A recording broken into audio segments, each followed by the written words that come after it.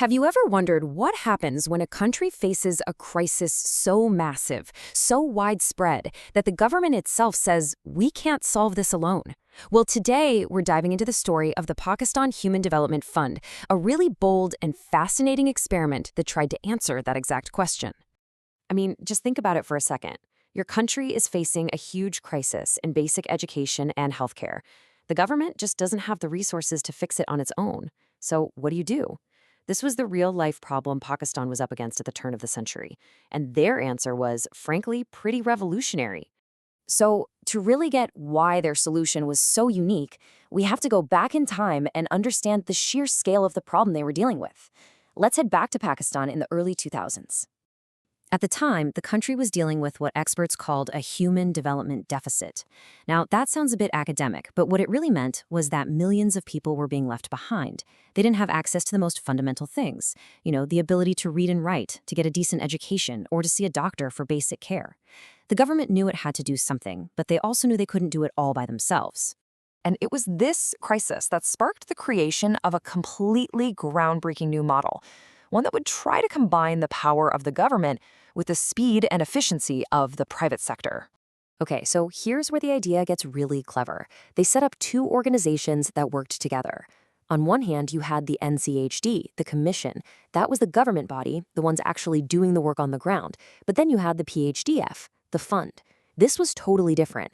It was a nonprofit, run like a private company, with a board from the private sector. Its one and only job was to raise money, especially from philanthropists and donors who might not want to give their money directly to a government.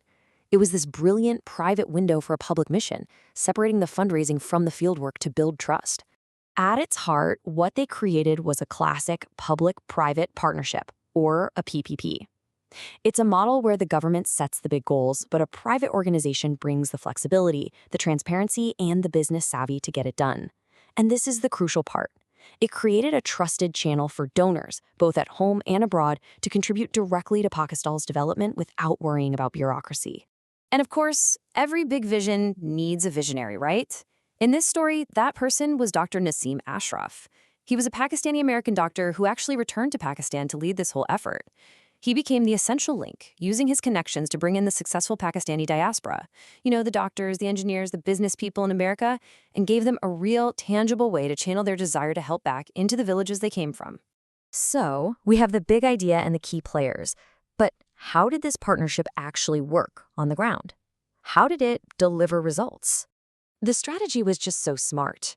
Instead of trying to replace the entire government system, which would be impossible, they acted as gap fillers. So first, they'd go in and pinpoint exactly where government services in health and education were failing or just not reaching people.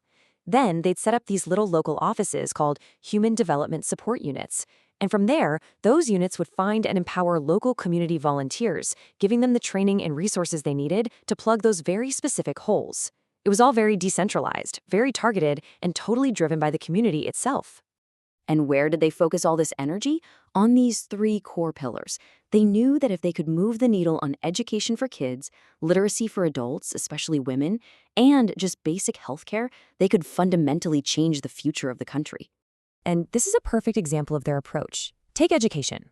Instead of spending millions of dollars and waiting years to build brand new school buildings, they came up with something called the feeder school model. They just use existing spaces, like a community hall or even a room in a village home, hire a local teacher, and train them. It was an incredibly fast and cost-effective way to bring education to kids in the most remote areas who had no other options. Okay, so the model was super innovative, the strategy was smart, but did it actually work? What was the real legacy of this one-of-a-kind partnership? Let's just start with this one number, over 150,000. That's how many adult literacy centers this partnership has supported since it began. It's a staggering figure. And you have to remember, behind that number are literally millions of lives changed, especially the lives of rural women who were suddenly empowered with the ability to read, write, and do basic math. Now, the journey wasn't always easy. After getting started in 2002 and then winning a huge international award from UNESCO in 2006, the organization had to deal with a lot of political changes. But it survived, it adopted, and it was eventually brought under the Ministry of Education, which really proves just how resilient and valuable the model was. Today, it's still going, adapting its mission to modern needs like digital literacy. So the bottom line is, its legacy goes way beyond just the numbers. What the PHDF really did was create a powerful, sustainable blueprint for how public and private sectors can work together in Pakistan. It fought to get non-formal education recognized in national policy. It made volunteering a mainstream idea in the country's development sector. And maybe most importantly, it created that trusted, transparent way for private citizens to invest in their own country's future. And all of that brings us to one final big question. The story of the Pakistan Human Development Fund is this powerful case study of what's possible when you combine public will with private sector innovation.